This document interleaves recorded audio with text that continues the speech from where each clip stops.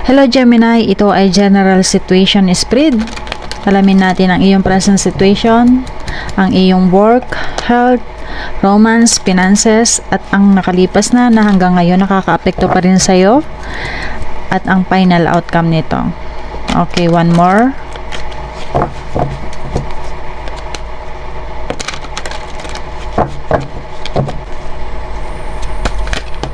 Okay.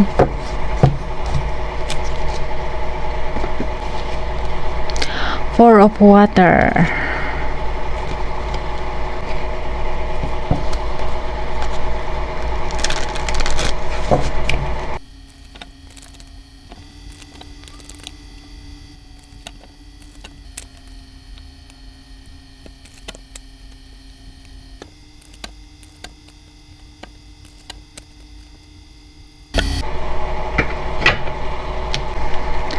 Okay, Gemini. Ito ang iyong present situation, ang Four of Water. Nakikita dito yung pagiging discontentment mo. Nakakaramdam ka ng pagkainip, boredom. Hindi mo nararamdaman ang iyong progress. Maaring ikaw ay nakakaramdam na natatrap ka sa iyong kasalukuyan na sitwasyon, Gemini. Nakapokus ka sa mga bagay na meron ang iba. Nadidistract ka o nagiging emotional ka. Gemini, it's time to reevaluate your situation. Marami kang napapalampas na mga opportunity. Kung ano man yung nagiging dahilan kung bakit hindi ka nakukontento, kung bakit ka naiinip, nawawalan ka ng gana, nasa iyong harapan mismo ang kasagutan sa iyong mga nararamdaman, Gemini. Open your eyes to the possibilities and accept the help that's being offered to you. Huwag kang magpatalo sa iyong negative emotion. Yan ang kasulukuyan na nakikita sa iyong sitwasyon. At mapunta naman tayo sa iyong work, ang The Moon na reverse. Yung iba sa inyo nakakaranas ng mga problema dahil sa mga miscommunication, hindi pagkakaintindihan sa trabaho o mga kasamahan sa trabaho. Yung iba sa inyo marahil hindi permanent ang trabaho. Kumbaga yung iba sa inyo pansamantala lamang ang trabaho, na siyang nagiging dahilan na lagi mong iniisip, na siyang laging dahilan ng iyong stress. Maraming naglalaro sa iyong isip, marami kang pinapantasya sa iyong trabaho, at maaari magkaroon na ng kasagutan kung ikaw ay naghihintay ng desisyon. Okay. Oh, Page of Cups. Meron kang pinapantasya na napaka-imposibleng mangyari. Pero dahil lumabas ang Page of Cups, ito ay miracle, Gemini. Nakakita ka na ba ng baby pig na may pakpak? Oh. Imposible, 'di ba? Pero malay mo, meron kang isang pinapantasya na maaaring magkatotoo. Merong himala, Gemini. Kung ini-imagine mo ay tumama ka sa loto, maaaring tumama ka sa loto. Think positive. Bihirang lumabas ang Page of Cups sa reading, Gemini. Kaya pag lumabas ito ay isang himala. Kung ano man yung nararanasan mong hirap sa trabaho, maaaring magkaroon ng isang himala. Halimbawa, kung ang iyong amo ay kuripot, magkaroon ng isang himala. Maging galante ito isang araw. Ganyan yung mga imposible na maaaring mangyari sa iyong mga imahinasyon. Hayaan mo lang dumaan ang mga araw. Huwag mong hintayin kung ano man yung mga himalang mangyayari. Basta ipagpatuloy mo ang iyong trabaho, ang iyong araw-araw. Siyempre, samahan mo din ng aksyon at pananalig. Halimbawa nga, kung ang pinapantasya mo ay tumama ka sa loto, kung hindi ka naman tumataya, ano ka tatama? Magkakaroon lamang yan ng katuparan kung ikaw ay kikilos, kung gagawa ka ng paraan. Nakikita dito, unique ka mag-isip. Sa iyo nakasalalay mismo ang katuparan ng iyong mga pinapantasya at sa iyong mga pinapangarap para hindi ito mablock. Huwag mong harangan, huwag mong kontrolin ang proseso para magkaroon ng katuparan. Dahil nakikita dito sa Page of Cups ang mga unexpected twist sa iyong journey. At maging open ka sa anumang opportunity na dumarating sa iyo. At dahil dyan, para sa iyong kalusugan, lack of energy ay nakikita. Nakikita dito ang pagiging impatient mo. Nandito ang Page of Wands na reverse at Ten of Cups. Huwag kang mahiya, huwag kang matakot na humingi ng tulong sa iyong mga mahal na kaibigan, mahal sa buhay. Hindi ka man matulungan ngayon sa pinansyal, matutulungan ka naman para ma-motivate ka, para palakasin ang iyong loob. Nakikita naman dito ang mga paggaling.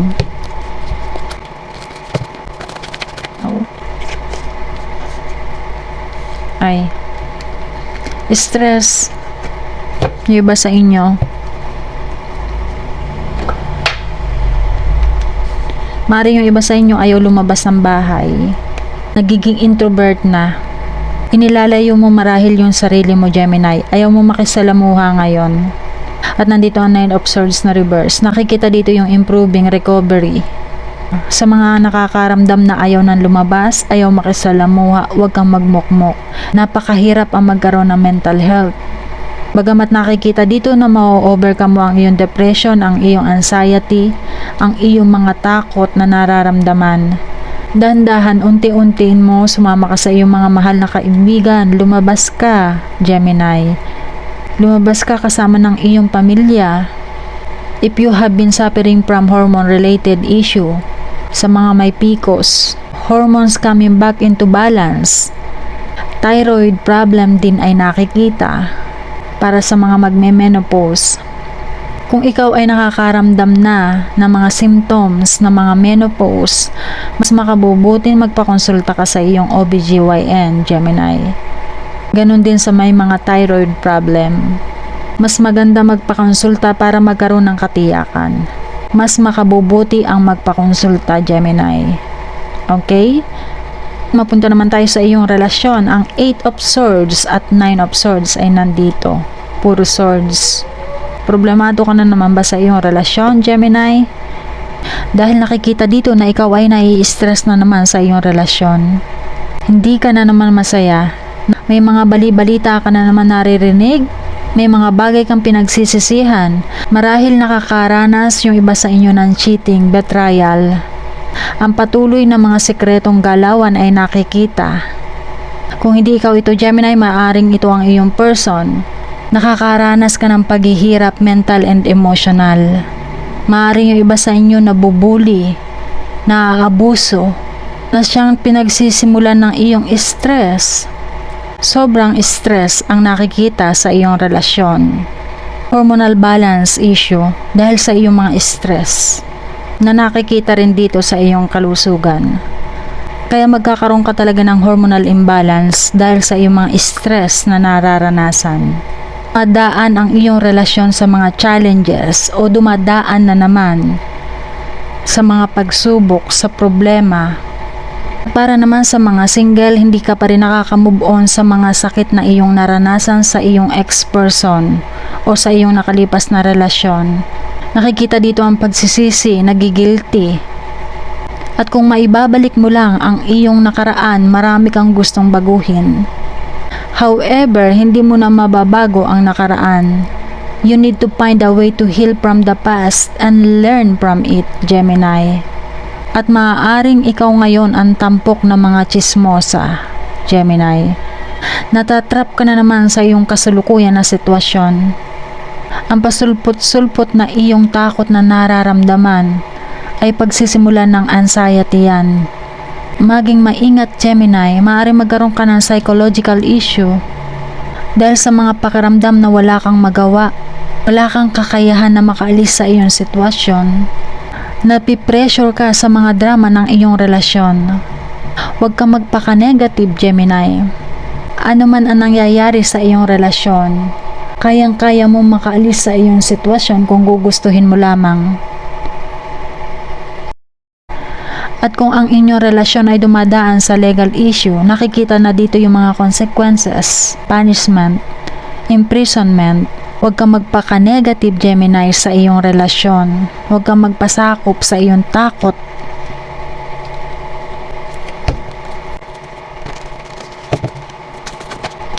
Oh, ano ba yan?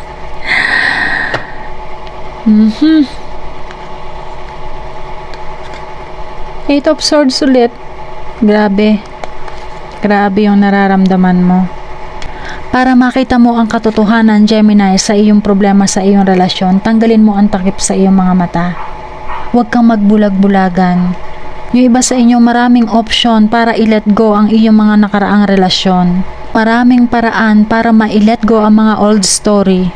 Walang ibang makakatulong sa iyo kundi ang iyong sarili sa iyong nararanasan sa iyong relasyon.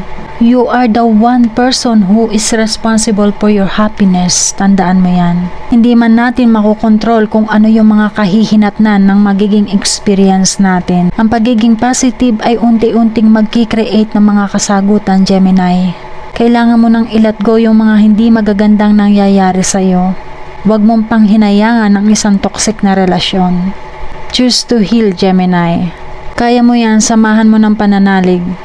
Alamin nga natin naman sa'yo ng iyong person o ng iyong ex-person kung nakaranas ng mga paghihiwalay.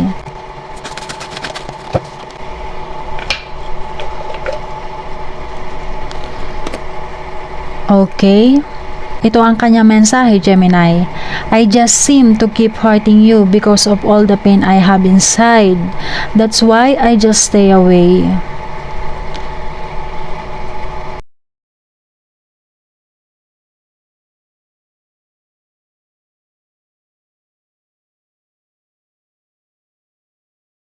Okay?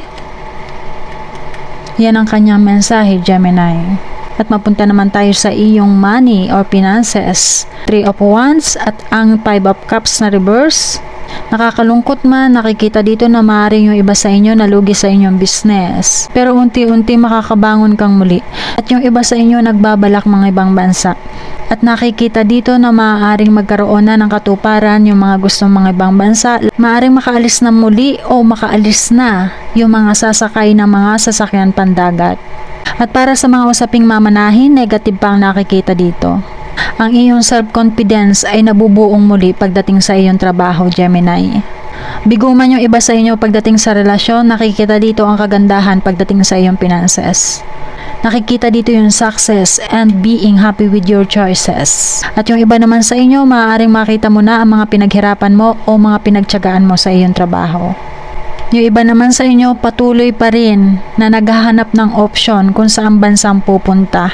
Okay? At dahil dyan, balikan natin ang iyong nakaraan, ang Pentacles na reverse. Dahil siya ay reverse, improving ang nakikita.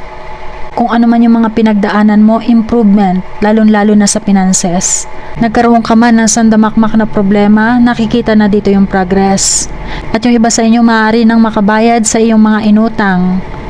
Pero naghahanap ka pa rin dito ng kapatawaran. Nakikita dito na maaari mo nang i-let go yung mga taong gumawa sa iyo ng hindi mabuti.